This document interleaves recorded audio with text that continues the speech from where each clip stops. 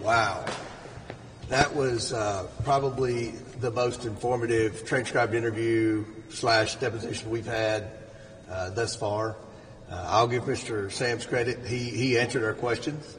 And I think one of the most shocking things to me is, and you'll have to remember, because many of you quoted every word he said religiously, throughout his entire tenure as the White House spokesperson. He communicated with Joe Biden 2 times. He saw Joe Biden, talked to Joe Biden 2 times, the entire stint as White House spokesperson. But yet he would every day tweet and issue statements from the podium of the White House, combating everything that we were doing in the Oversight Committee with respect to the investigation, combating the Hur report, saying he didn't know. In fact, Robert Hur spent more time with Joe Biden than Ian Sams. Think about that. Robert Hur spent significantly more time with Joe Biden than Ian Sams did. So when we would ask questions, well, you said this, did Joe Biden tell you that? Well, I got it from the president. Did Joe Biden tell you this? Did Joe Biden send you an email himself? Well, no. So it raises serious concerns and serious questions about who was calling the shots in the White House. If the White House spokesperson is being shielded from the President of the United States, who was operating the Oval Office? I mean, this is what this whole investigation is about. That Autopen was used excessively, and yet no one can say for certain that Joe Biden was given the was given the orders to use the Autopen. And if you're using the Autopen to sign one document and Joe Biden's in the White House, 75% of the time when the document's used, why not have Joe Biden sign the document right there? Why have to go through all the bureaucracy of using the Autopen?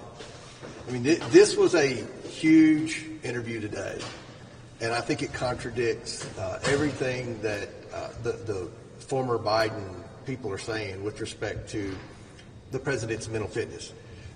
There were very few people that were around Joe Biden, especially at the end. And that's when the majority of the pardons and executive orders were signed with that Autopen.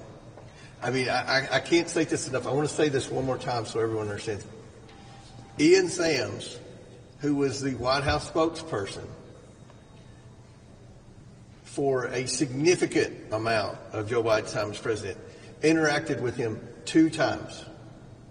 2 times. So, we're going to continue to bring people in.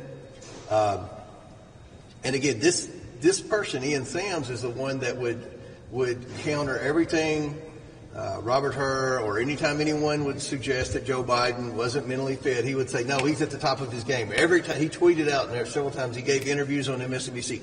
Every time I've interacted with the president, he was sharp. He asked great questions.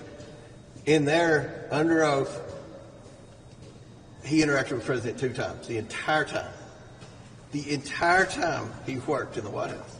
That's astonishing. Any questions? Did he tell you what those 2 times were? Like, do you know what those 2 interactions no, were? He really didn't have a good memory of the 2 times he interacted with the president, which would make me think that he didn't interact with him very long. Let this sink in. Not only did Robert Hur interact longer with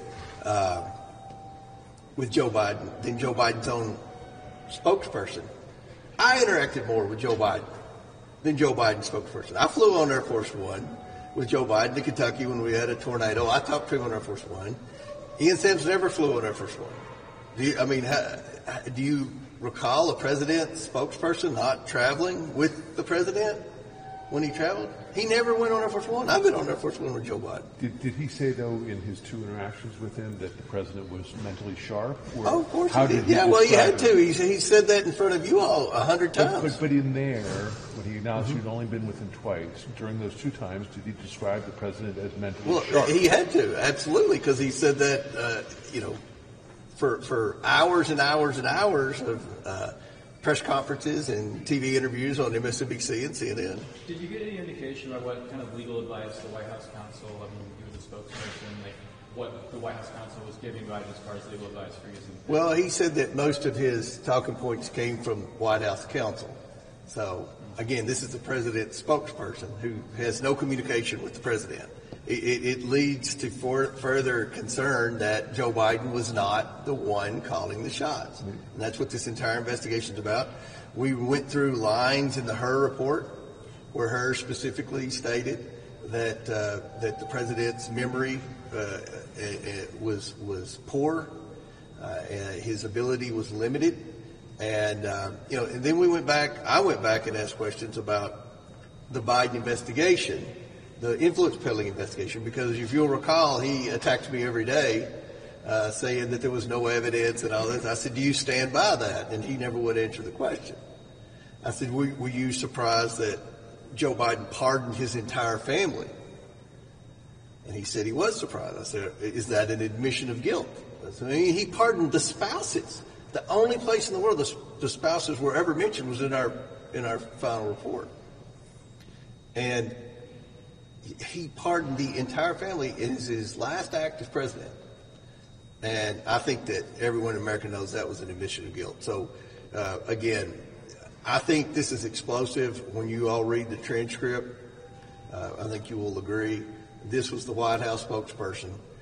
It just pours fuel on the fire that Joe Biden was not the one making the decision with respect to who was using the Autopen. Do you have a sense of how many times President Biden used the Autopen in the last couple of years of his administration? Yes, we've looked at all of that. How much? Well, there were thousands.